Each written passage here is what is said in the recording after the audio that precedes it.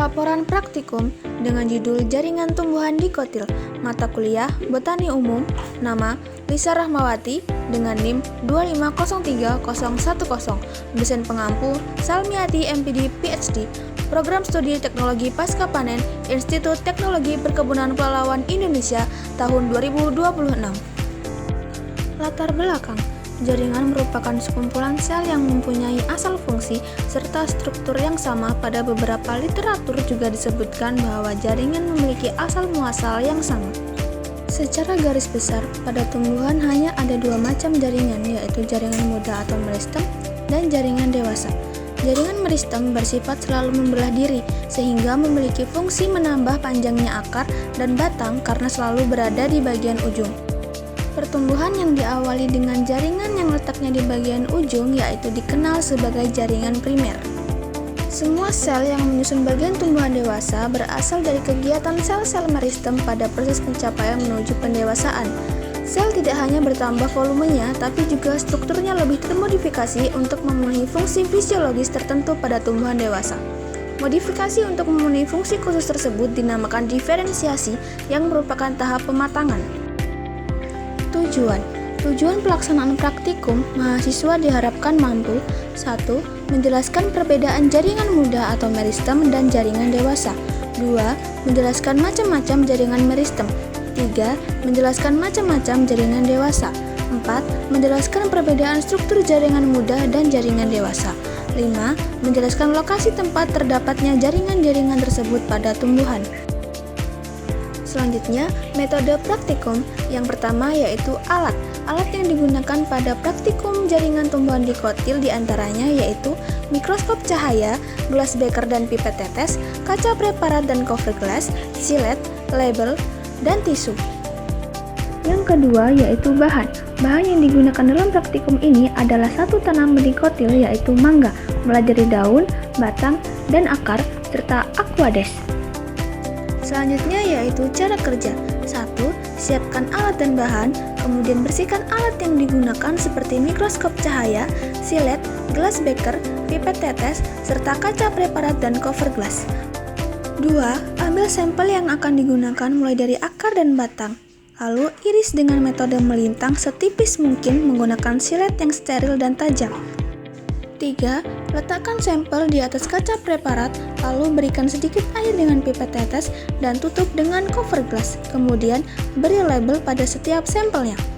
4. Ambil sampel daun dan iris dengan metode membujur setipis mungkin menggunakan silet yang tajam dan steril.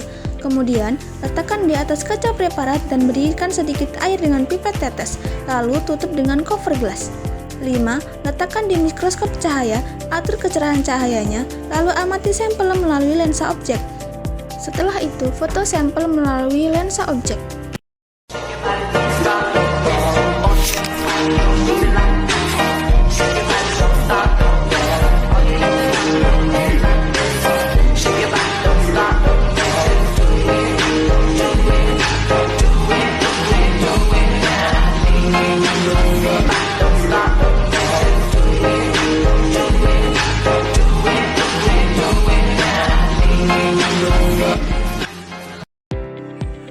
Hasil praktikum.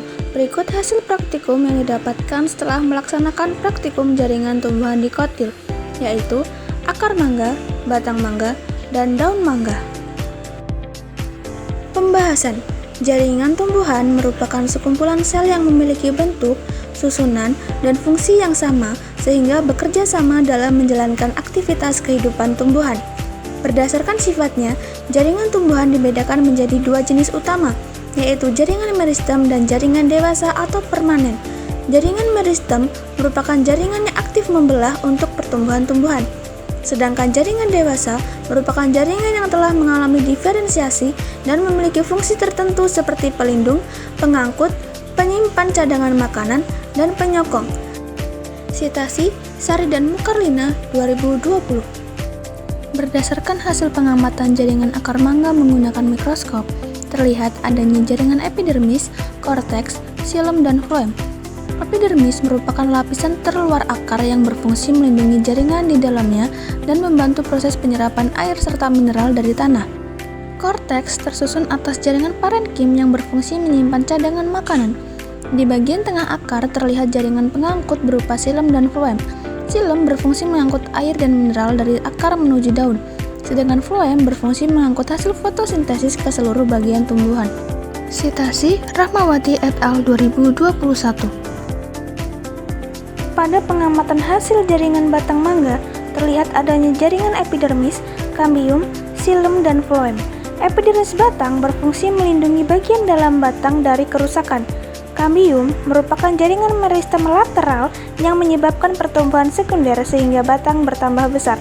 Xilem berfungsi sebagai pengangkut air dan mineral serta memperkuat batang, sedangkan floem berfungsi mengedarkan hasil fotosintesis ke seluruh bagian tumbuhan. Citasi Hidayat dan Dewi 2022.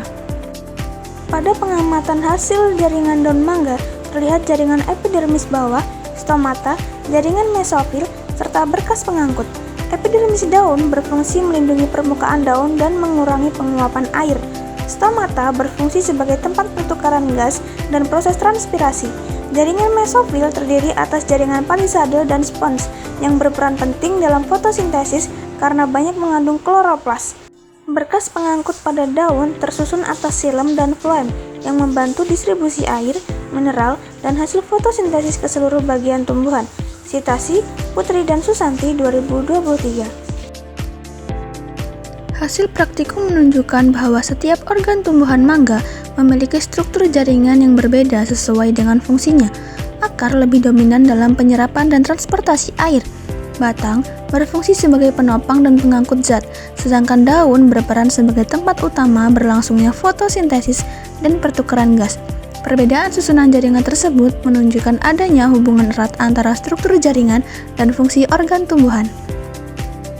Kesimpulan, berdasarkan hasil praktikum, dapat disimpulkan bahwa tumbuhan mangga memiliki berbagai jenis jaringan yang tersusun sesuai fungsi masing-masing organ. Pada akar ditemukan jaringan yang berperan dalam penyerapan dan pengangkutan air. Pada batang, terdapat jaringan penyokong dan pengangkut untuk mendukung pertumbuhan tumbuhan. Sedangkan pada daun terdapat jaringan yang berfungsi dalam proses fotosintesis dan pertukaran gas. Sesuai dengan berbagai penelitian, perbedaan struktur jaringan pada akar, batang, dan daun menunjukkan adanya hubungan erat antara bentuk jaringan dengan fungsi fisiologis organ tumbuhan. Berikut daftar pustaka dari Citasi yang dicantumkan dalam pembahasan. Sekian dan terima kasih.